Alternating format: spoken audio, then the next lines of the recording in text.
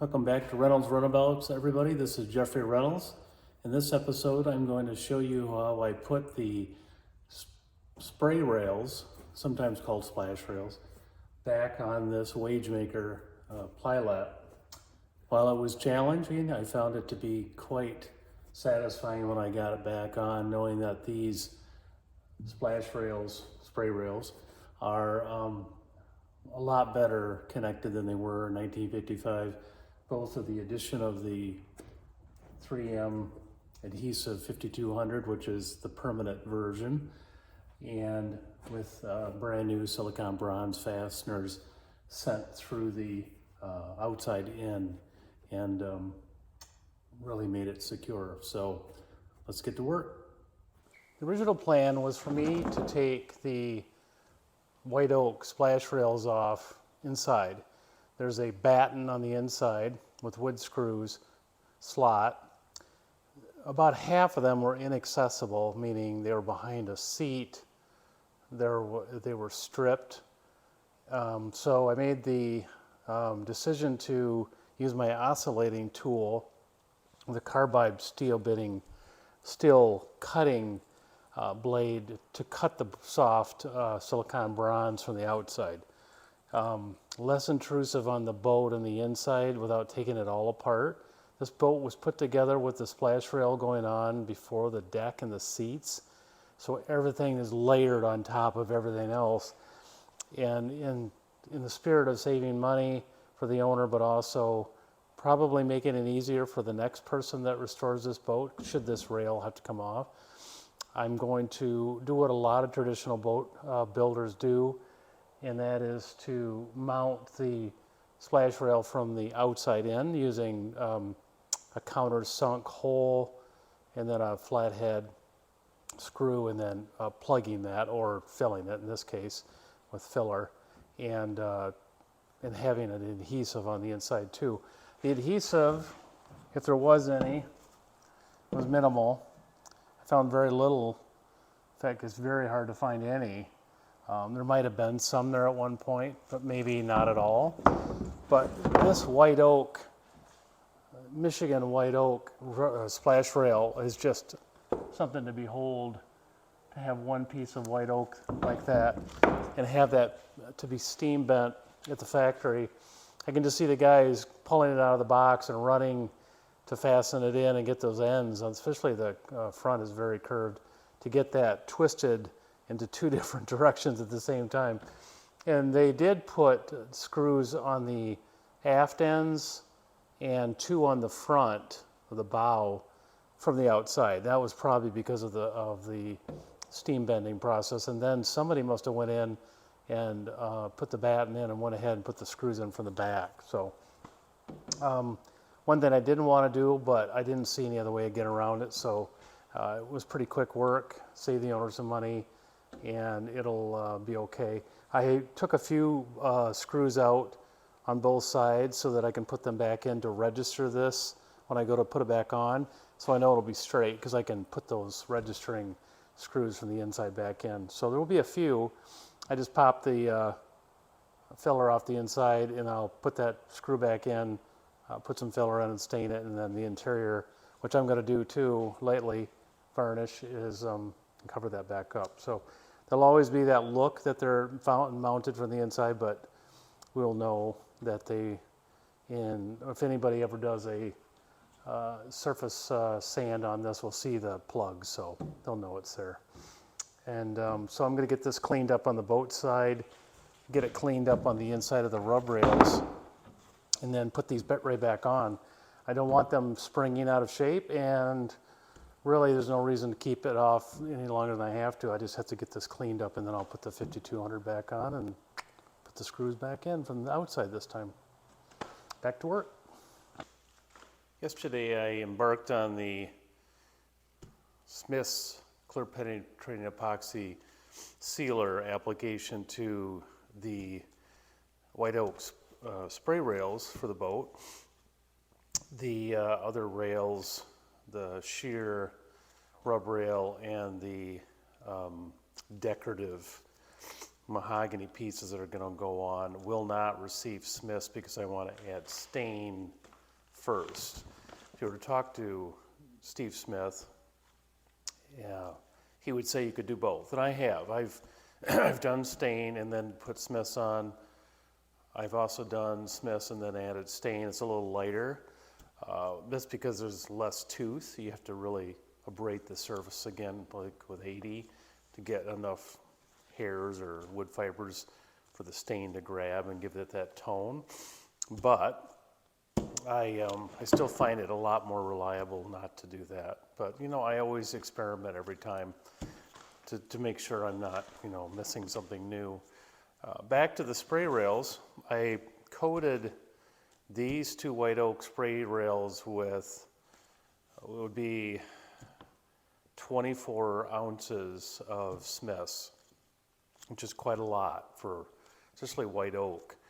It's harder, doesn't seem to absorb it as much as maybe mahogany, but these rails were old, and there was enough old wood that I had encountered from water incursion, because these spray rails, I'm sorry, are at the water line, were not bedded, were not sealed. They did get some surface rot from water, and that was the area that really picked up the Smiths. And I kept adding and adding to this one area, and it was just like a sponge.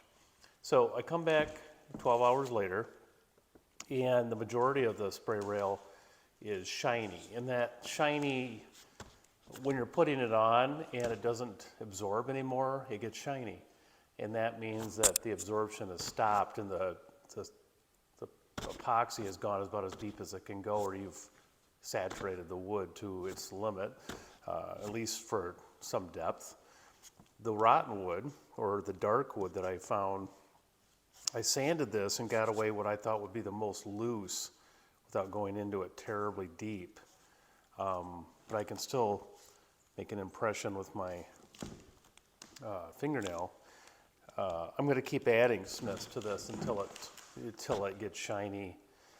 There's enough good wood there, I believe, and Steve Smith will say as much too, that you can preserve what's left with Smiths. The epoxy gives it the strength that it once had when, you know, the lignin has gone out of it in some places.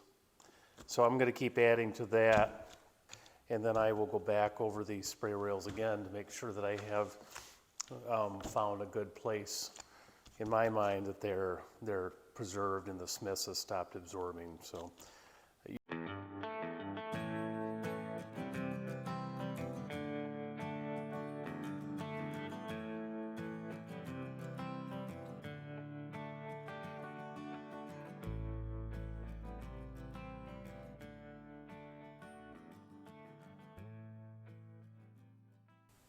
As you can see from the time lapse I just put in, I found some rot on the inside of the port spray rail that I could not let go. I did a little digging with my Japanese pull saw and just was not happy with what I was seeing when on the pull stroke, you'd get dust. You can see it was this black stuff. And it reeks of Smith's clear penetrating epoxy system sealer, but it's not, it was solid, but not solid enough. So what I opted to do was go in and make a white oak piece to replace that. I cut down until I got to solid wood, which wasn't too far. White oak is pretty good in preventive, keeping rot from going too far.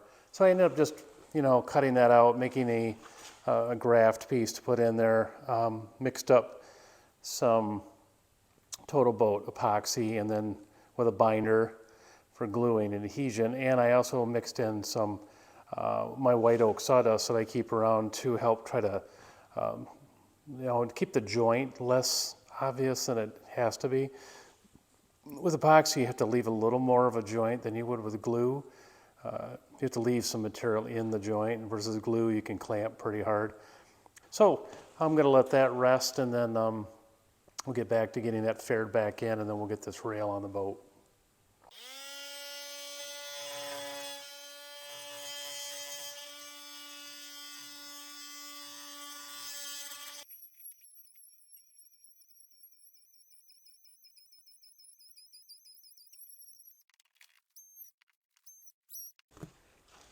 I've made the repair to the spray rail, and now I have to go ahead and plane down this piece that I scarfed into place.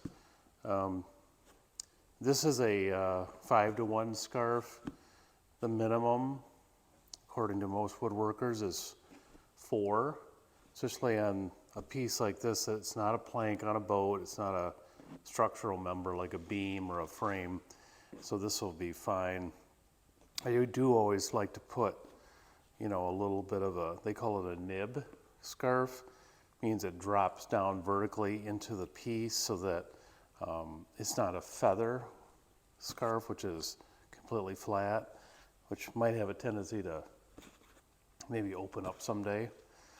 This will have a little more of a drop. You can also do a hook scarf, which I did on the keel, which you come back in one direction so that the hook, literally the new piece hooks under the old piece for a hook scarf. So I know a lot of people say 8-to-1 or 12-to-1, 12 inches of distance for 1 inch of scarf, but this is not necessary in that case, so that's why I did that, in case you ask. Some of the keel pieces are a little longer because they're more structural, I think. I also need to point out that that's usually fastener-wise, you'll do that every 8 inches to 1 if there's a fastener involved, and then this one there's at least 2, so that helps the scarf. Even though it's shorter, it'll be more secured in addition to the epoxy. I'm going to get to work getting this cleaned up, and we'll get this on the boat. So I finished the repair.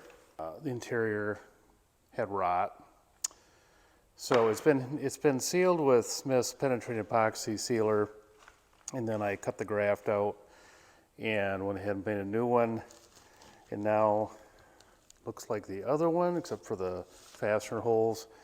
I think the scarf came out nice. I started with my reciprocate or oscillating saw and just whittled it down, used the planer just for a few swipes, and then went to the rasp, which I find really valuable when I do shaping. And then I finished up with 60 grit and 80 grit and got it to the point where I like it. But it's been fixed and it's a whole lot better than it was. So I'm going to move on to running fastener holes into both of the spray rails and get them ready for adhesive and screwing to the boat.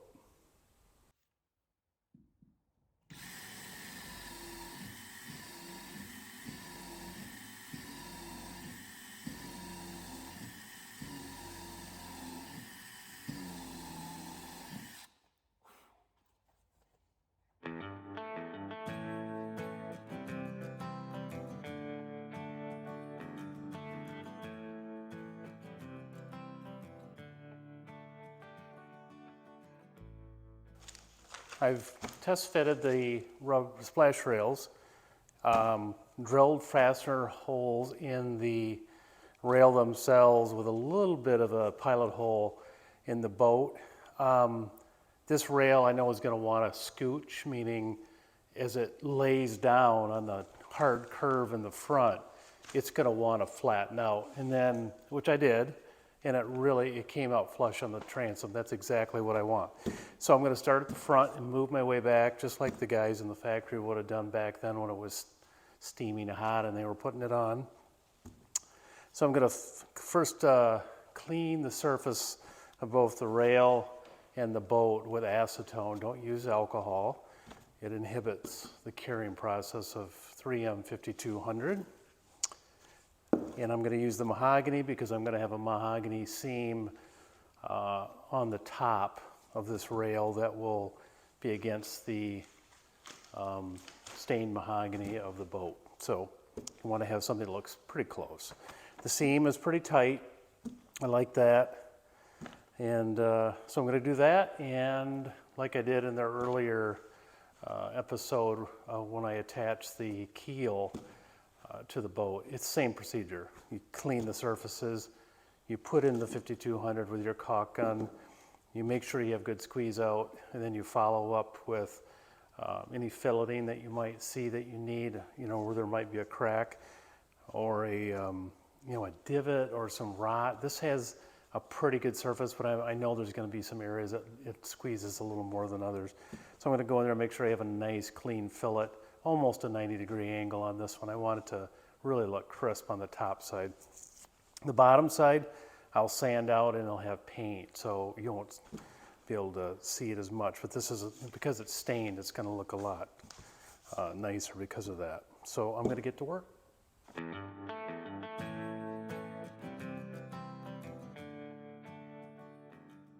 I've let the 3M 5200 adhesive dry almost for 10 days. I had some other projects I needed to take care of. So I'm going back, and some things that I obviously failed at, but I can fix, but could make the port rail easier to do, is I put tape on the boat because this is going to be stained and varnished. That worked. I should have put it on the rail. In fact, I should have wrapped the rail in tape because it is a messy process. And I was going back and I was filleting into this top and the bottom, and that worked well, but it leaves a mess. And this does come off with sander, but it's more work. And I should have thought of that, and I didn't. Otherwise, I'm very happy. I've got new silicone bronze fasteners in. The 5200 is going to keep this splash rail and boat hull safe for many decades. I just have to go back and clean it up.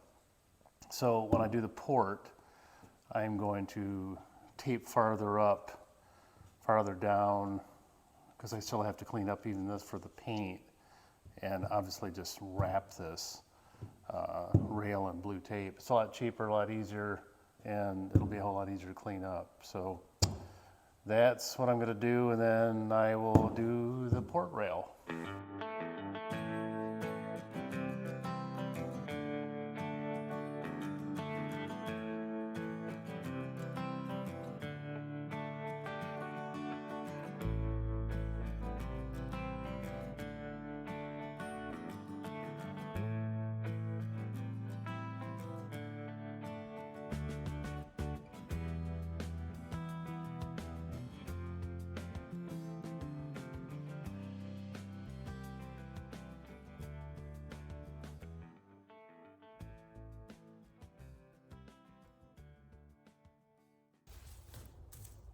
I finished the port rail, spray rail.